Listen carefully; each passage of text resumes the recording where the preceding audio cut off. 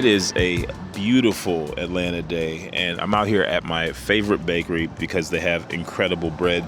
We just grabbed a loaf of brioche, and you guys are in for a special treat because today I'm going to show you guys the absolute best French toast in Atlanta.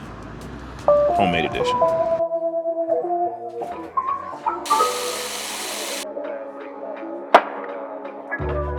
So I'm going to be making bananas Foster brioche French toast. It's definitely a little rich. I'm not going to put rum in it because it's for the kids today, but it is my favorite breakfast kind of dessert. Don't tell anyone I told you this. Okay. Now, step one.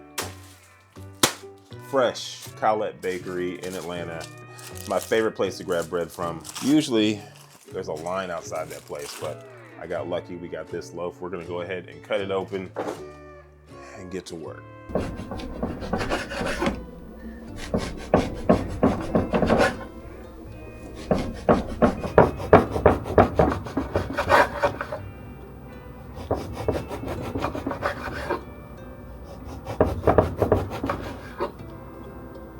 We go ahead and take some milk, put a little vinegar in there so we can make buttermilk, a little vanilla extract, tablespoon of sugar, and I think like 4 eggs. I was actually in a bakery the other day and I was asking the guy, hey, with the salmonella outbreak, what are you guys using for eggs?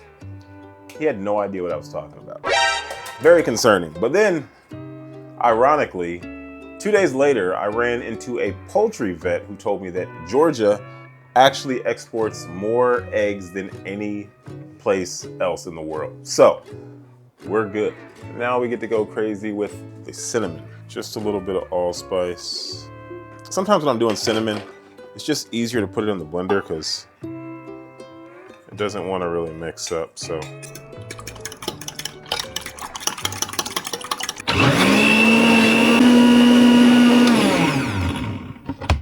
It's time to get to the butter. Now, you know this is not going to be enough, but this will get us started. This will cook for like 2 minutes on each side, flip it, and we're done, at least with the bread part. Then we get into the sauce. Fun fact, French toast probably isn't even really French. The dish literally goes back to ancient Rome. There's recipes in Roman textbooks with bread soaked in milk and eggs and then fried so nothing goes to waste. The French literally call it pain perdu, which translates to lost bread. They basically treat it as a way to save stale bread. It only started to get called French toast in America because marketers realized that French sounded more exotic. Same ingredients, just better branding. Bananas Foster sauce is actually pretty easy. Just cut up some bananas, throw in some brown sugar, a little bit of vanilla extract, simmer for a few minutes while the bananas cook through, and you're done. Throw in a little powdered sugar and you have delicious French toast. I didn't have any whipped cream, but I did have some leftover whipping cream, vanilla extract, and a little bit of sugar. Threw them into the mixer, cranked up the speed. A few minutes later, we got whipped cream.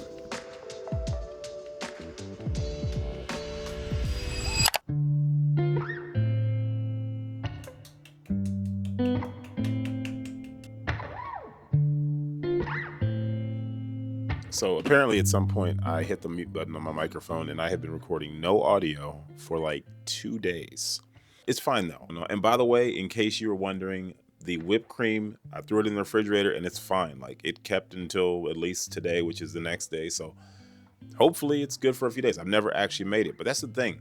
When you start cooking, your brain works different. Like you don't sit there and say, oh, I don't have that or I can't do that. You're like, I bet there's a way, because with so much stuff involving cooking, there's a way. It might not be perfect. It might not be exactly what you want. It might not have the same taste that you're used to, but it's probably good enough and it's probably better for you. I legitimately just did not want to go back out and go to the grocery store. So I'm like, there's gotta be a way for me to get some whipped cream. Plus I got this whipping cream.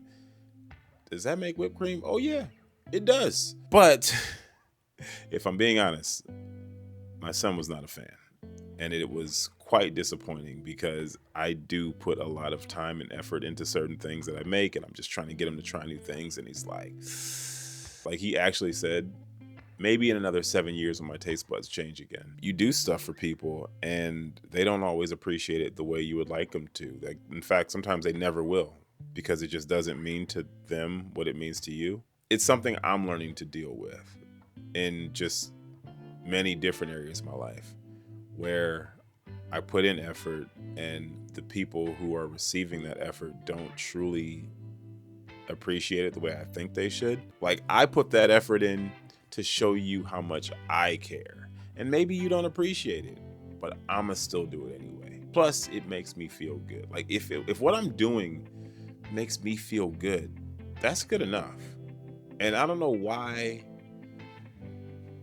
it's easy to forget that part, especially when it comes to effort, where we're like, oh, I put all this effort in and they don't even appreciate it. It's like, did you put the effort in because you liked it?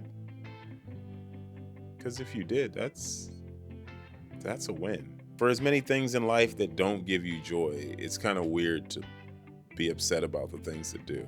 I was talking a bit before about how, I can't be mad at the algorithm for putting me in a box if I don't showcase all that I am, and maybe it doesn't do well, and that's okay because it makes me happy. See you in the next one.